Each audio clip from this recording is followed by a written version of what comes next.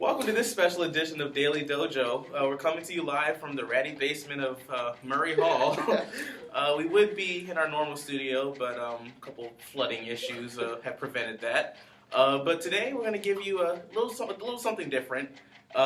We decided to give you a personal look into kind of what made us us as far as music goes. So why don't we get started with that?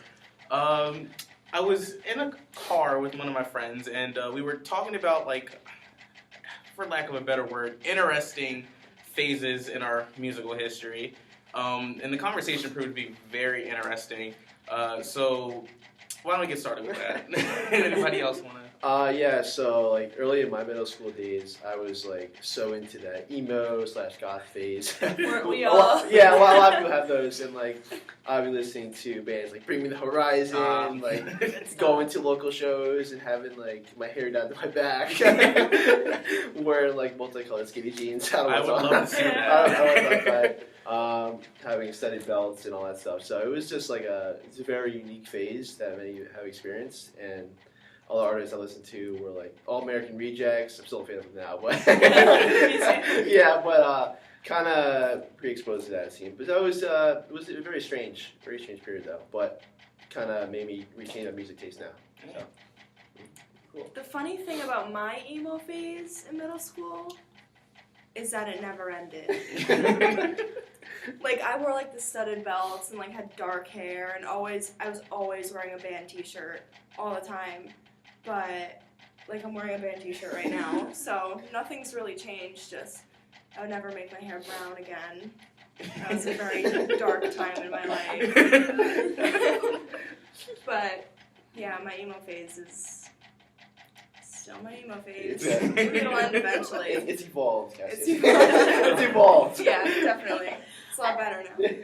No one really gets out of their emo phase. No. Like, once you're there, you never really leave it. Except you grow up and you like new things, but you always have to revisit that time in your life. There's always still an emo kid in everyone. Oh yeah. I guess, like, I'm the one exception that, like, didn't really have an emo phase.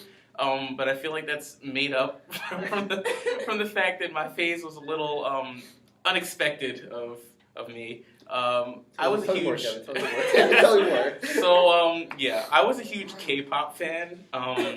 For those of you who don't know, K-pop is Korean pop.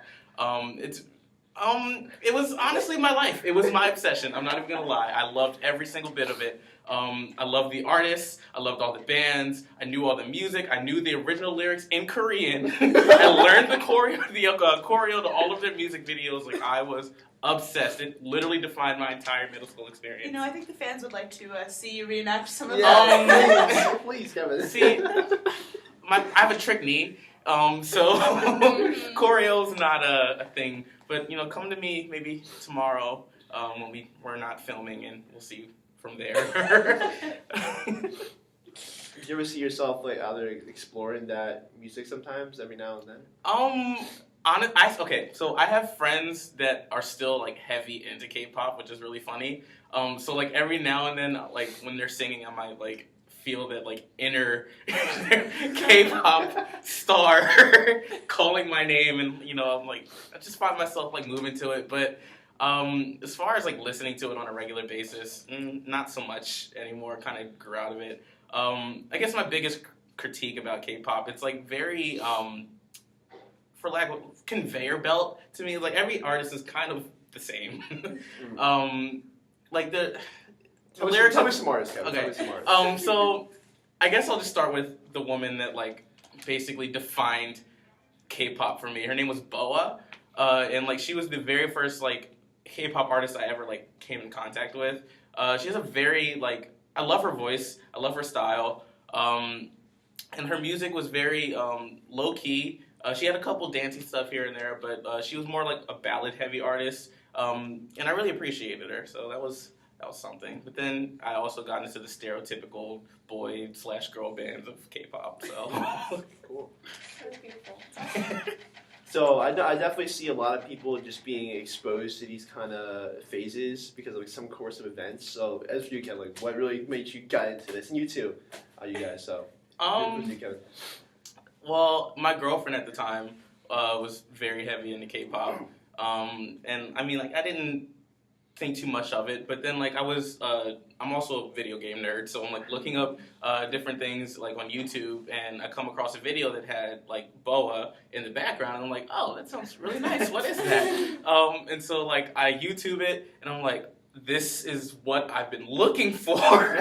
And like from that moment, like I think that was like around fifth or sixth grade. And then up until 8th grade, I was like, you know what? I want everything to do with this. Like, anything that's K-pop, that is me. So, yep. So, for me, picture me now, but 3rd and 4th grade, maybe like 8, 9, and 10, right? And I listened to Radio Disney like no other girl. I loved Radio Disney. AM 1560 every single morning, every single afternoon coming back from school. It was my life. And like I was the girl who would put posters up on my walls. Like I would print out. What kind of posters? What kind of posters? Okay, so you guys remember like Pop Magazine and Tiger Beat Magazine, like how the most recent gossip on the cool like preteen celebrities. So like they would always have like I guess they're centerfolds, but like celebrity centerfolds of like cute celebrities and cute guys like Jesse McCartney, Jonas Brothers. Why is Jesse McCartney like the first person that came to I mind know, when you said that? Because as soon as you said that, I was like, Jesse McCartney. He was the cutest, like, all of my friends and I, we loved him. Like, I never really liked his music, but I thought he was really cute. Like, he had, like, the typical, like, side blonde hair going, you know, like, the trendy look and the only smolder. song, like, I remember from him was Beautiful Soul. Beautiful Soul. That was, like, the only song I ever knew. But, I mean, think back when you were younger, like, every single song, even if it was just, like, one song, was, like, the song. Very true. It's true. So, and I would also go as far as to like find pictures on Google Images and put them in a Word document and then cut them out and paste them. Like I had. Oh my God! I had Dedication. I really. Oh, I forgot to mention that this is a judge-free zone. Yeah. Right, This is right. supposed to be a safe area. So The songs that we show you guys does not in any way, shape, or form reflect who we are anymore. Maybe. Maybe. Some That's maybe. effective, yeah. So yeah, why don't we go through like some songs that like defined our phase at that time? So, Brandy, do you want to start that? One song I think of, All American Rejects, Gives You Hell. Like That was the song. That was the song. Yeah, everyone loves that song. I don't know. I just like caught on the radio and it's like so catchy, man. Like I don't know. It was just my jam all the time. Yeah. It was just so popular at the time that I really started following American Rejects a lot more. But that was probably like one of my most emo kind of songs I really kind of listened to. So. I'm listening to that after this show. Yeah. Yeah. I forgot all about that Yeah. song. It's a good band, so I'm a fan. A really defining song for me of my phase was The Curse of Curves by Cute As What We Aim For. Oh, I don't know if anyone knows that song, but it was like their most popular song, and like I would just play it on repeat. Another one was Dear Maria, Count Me In. That's one. It was so good. Yes. I still listen to that song. It was so good. So I'm really indecisive. I have everything from the 18s to Dream Street to Aaron Carter to Jonas Brothers to Ali and AJ.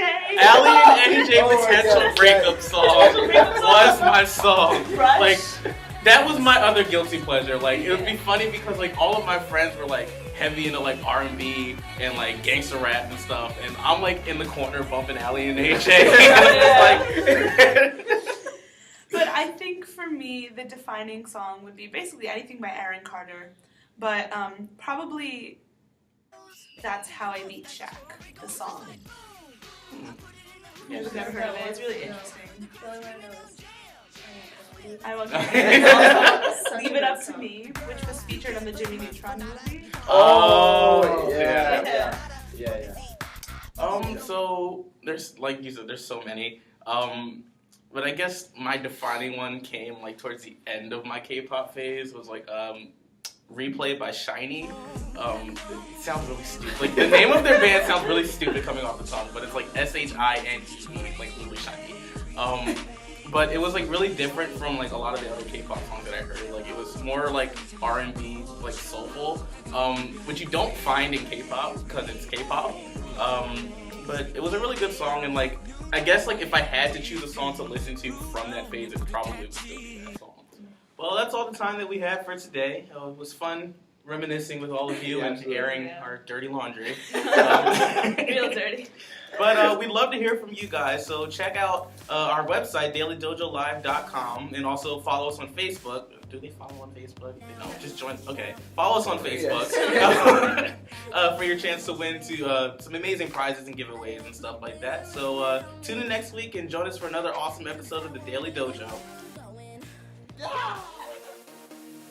heads are turning.